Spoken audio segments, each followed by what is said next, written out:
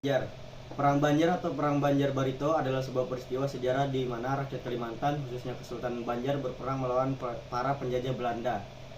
Perang Banjar terjadi di wilayah Kesultanan Banjar, Kalimantan Selatan pada tahun 1859 hingga 1905. Dari pihak rakyat, Perang Banjar melibatkan keturunan Kesultanan Banjar yang didukung kekuatan dari rakyat yang berasal dari berbagai daerah di Batang Banyu di sepanjang aliran Sungai Barito. Dahsyatnya Perang Banjar pada saat itu terlihat dari jumlah korban tewas baik di pihak Belanda maupun rakyat Banjar. Tokoh yang terlibat dalam Perang Banjar diantara lain Pangeran Antasari dan Pangeran Hidayatullah II. Penyebab Perang Banjar. Kedatangan Belanda yang ikut campur dalam urusan Kesultanan Banjar menimbulkan banyak masalah. Kondisi ini kemudian memuncak dengan adanya perlawanan di Pangeran Antasari dan Pangeran Hidayatullah II dalam Perang Banjar. Rakyat menjadi sasaran eksploitasi dari Belanda dan Kesultanan Banjar. Munculnya konflik perebutan tahta Kesultanan Banjar akibat intervensi Belanda. Sikap sewenang-wenang dari Tamjidillah yang ditunjuk Belanda sebagai Sultan Banjar. Kronologi Perang Banjar. Sebagai penerus kerajaan Daha yang sebelumnya bercorak Hindu, pengaruh Islam masuk ke Kesultanan Banjar pada sekitar akhir abad 15 berkat peran dari Kerajaan Demak. Kesultanan Banjar memiliki wilayah kekuasaan di sekitar Kalimantan Selatan dan sebagian Kalimantan Tengah. Dalam buku Islamisasi dan Perkembangan Kerajaan Islam di Indonesia tahun 2012 karya Daliman, disebutkan bahwa pelabuhan-pelabuhan dagang Kesultanan Banjar pada abad 15 Masehi selalu ramai dengan kapal-kapal dengan internasional. Kesultanan Banjar juga memiliki hasil sumber daya alam seperti emas, intan, lada, rotan, dan damar yang melimpah. Hal ini yang kemudian mendorong Belanda untuk mulai merencanakan strategi agar dapat menguasai Kesultanan Banjar.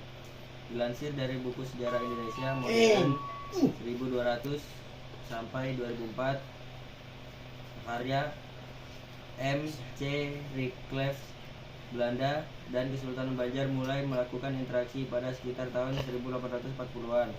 Setelah itu Belanda mulai dengan strategi melakukan campur tangan di beberapa wilayah Kesultanan Banjar dan memadamkan sengketa-sengketa yang ada. Sebagai imbalan, Belanda mendapatkan hak khusus untuk mencampuri urusan dengan negeri Kesultanan Banjar. Kondisi tersebut berlangsung lama hingga akhirnya perlawanan rakyat Banjar dimulai saat Belanda mengangkat Pangeran Tamjidillah sebagai Sultan Banjar pada tahun 1859. Padahal waktu itu sosok yang seharusnya naik tahta menjadi Sultan Banjar adalah Pangeran Hidayatullah II. Namanya juga tertulis dalam surat wasiat yang ditulis oleh Sultan Adam agar menjadi penerus tahta. Pada tanggal 28 April 1859, Pangeran Antasari dan Pangeran Hidayatullah II kemudian memimpin perlawanan terhadap Belanda. Pangeran Antasari memimpin penyerangan terhadap benteng Belanda dan tambang batu bara di wilayah Pengaron. Dalam serangan tersebut, tentara Belanda dapat dilumpuhkan dan pasukan Pangeran Antasari dapat menguasai tambang batu bara di Pengaron. Setelah itu, muncul beberapa pertempuran di tempat lain, seperti pertempuran Benteng Tabanio di Agustus 1859, pada Desember 1859, dan pertempuran Amawang pada Maret 1860. Dalam buku Pegustian dan Temanggung, Akar Sosial, Politik, Etnis, dan Dinasti, perlawanan di Kalimantan Selatan dan Kalimantan Tengah 1859, 1906, 2014, karya Helius Jamsudin, disebutkan bahwa Belanda membalas serangan Pangeran Antasari dengan menawan keluarga Pangeran Hidayatullah II. Belanda kemudian meminta Pangeran Hidayatullah II untuk keluar dari persembunyiannya. Perjuangannya terus dilakukan hingga Pangeran Antasari wafat pada 11 Oktober 1862. Gusti Mat Seman, Gusti Acil, Gusti Muhammad Arsyad, dan Antung Durrahman melanjutkan perjuangan di Perang Banjar hingga titik darah penghabisan. Perang Banjar berakhir pada tahun 1905 dengan kemenangan berada di pihak Belanda yang berhasil menghapus Kesultanan Banjar. Perang Banjar adalah terjadinya penyatuan Gerakan rakyat di bawah pimpinan Pangeran Antasari dan Pangeran Hidayatullah II. Meski sudah melakukan perlawanan dengan gigih dan pantang menyerah, pada akhirnya Belanda bisa mengatasi keadaan. Akibat kemenangan Belanda pada perang tersebut, Kesultanan Banjar kemudian dihapuskan. Keputusan ini diambil Belanda demi menghindari konflik lebih lanjut dan menghindari meletusnya perlawanan rakyat Kalimantan Selatan. Belum ya Dakbar tuh Oh, 2 3. dipotong.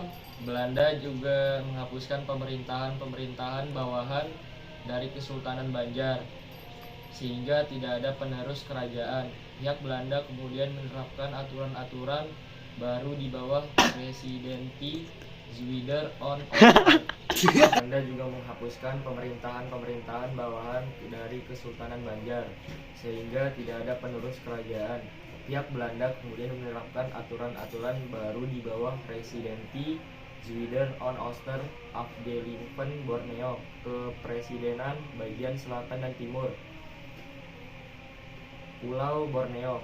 Berbagai sumber daya di Kalimantan kemudian dikuasai dan dimonopoli oleh Belanda yang mengakibatkan rakyat menderita. Eksploitasi besar-besaran kemudian terjadi karena Belanda mengambil sumber daya alam secara paksa berupa rempah-rempah, perkebunan, dan tambang batu bara. Cukup sekian presentasi dari kelompok kami. Jika ada salah kata mohon maaf. Terima kasih. Wassalamualaikum warahmatullahi wabarakatuh.